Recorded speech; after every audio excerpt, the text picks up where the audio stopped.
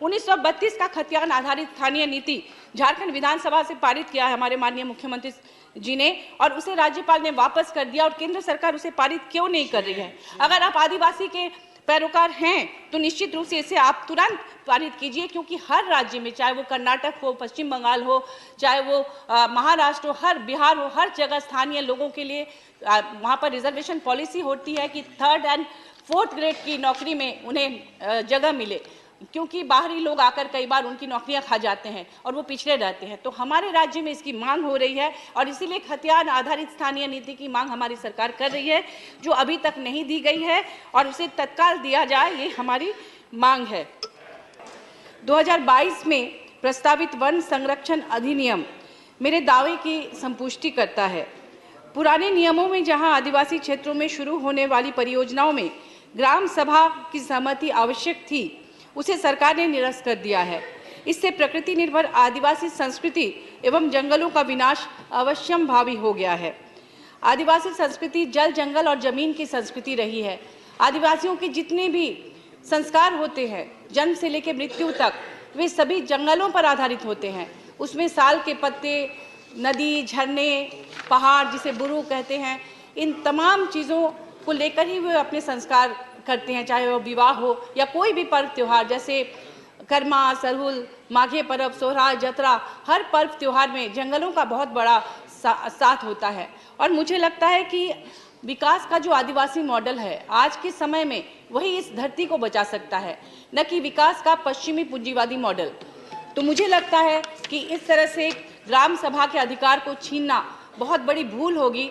इससे हर जंगल कट जाएंगे और आदिवासी, गरीब आदिवासी जो सदियों से लघु वनोपज, जो जिनकी आजीविका का साधन रहे हैं, जैसे घोंगा, खुकड़ी, रुगड़ा, फिर आपके नदी से मछलियाँ, या पत्ता जो होता है केदू पत्ता जिससे कि बीड़ी बनता है, इन तमाम दतवन, इन तमाम चीज़ों को जंगल से ले जाकर वो बेचते हैं और उसी से उनकी आजीविका चलती है।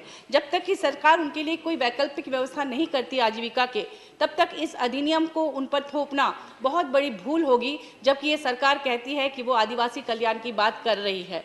हमारे माननीय मुख्यमंत्री श्री हेमंत सोरेन जी ने बार बार सरकार को, केंद्र सरकार को पत्र लिखकर इस अधिनियम का विरोध किया है, लेकिन अभी तक केंद्र सरकार ने कोई भी कारगर कदम नहीं उठाया है। इसी प्रकार 2021 में ध्वनिमत से पारित हुई खान और खनिज संशोधन विधेयक केवल पूंजीपतियों को ध्यान में रखकर बनाया गया। यह नियम खान मालिकों को हमारे देश की बहुमूल्य खनिज संपदा को मुक्त बाजार में बेचकर ज़्यादा से ज़्यादा लाभ कमाने के लिए प्रोत्साहित करता है। सरकार की विकास की नीतियों ने पर्यावरण और खनन क्षेत्रों में रहने वाले आदिवासियों के भविष्य के साथ पिछले 8 वर्षों से इसी प्रकार बस समझौता ही किया है।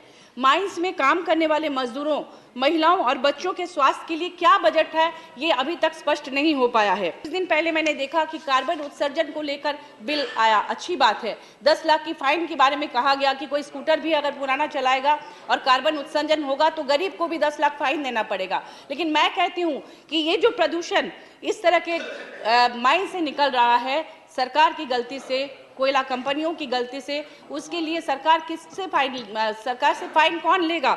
जो कि लोगों की ज़िंदगी से खिलवाड़ हो रहा है, जो वहाँ पर काम करते हैं, जो वहाँ के उन इलाकों में बसते हैं। एक और महत्वपूर्ण बात कहना चाहूँगी कि अडानी पावर प्लांट, आपको पता होगा कि झारखंड में है और नया खुला है, जो कि बांग्लादेश को बिजली बेच रही है।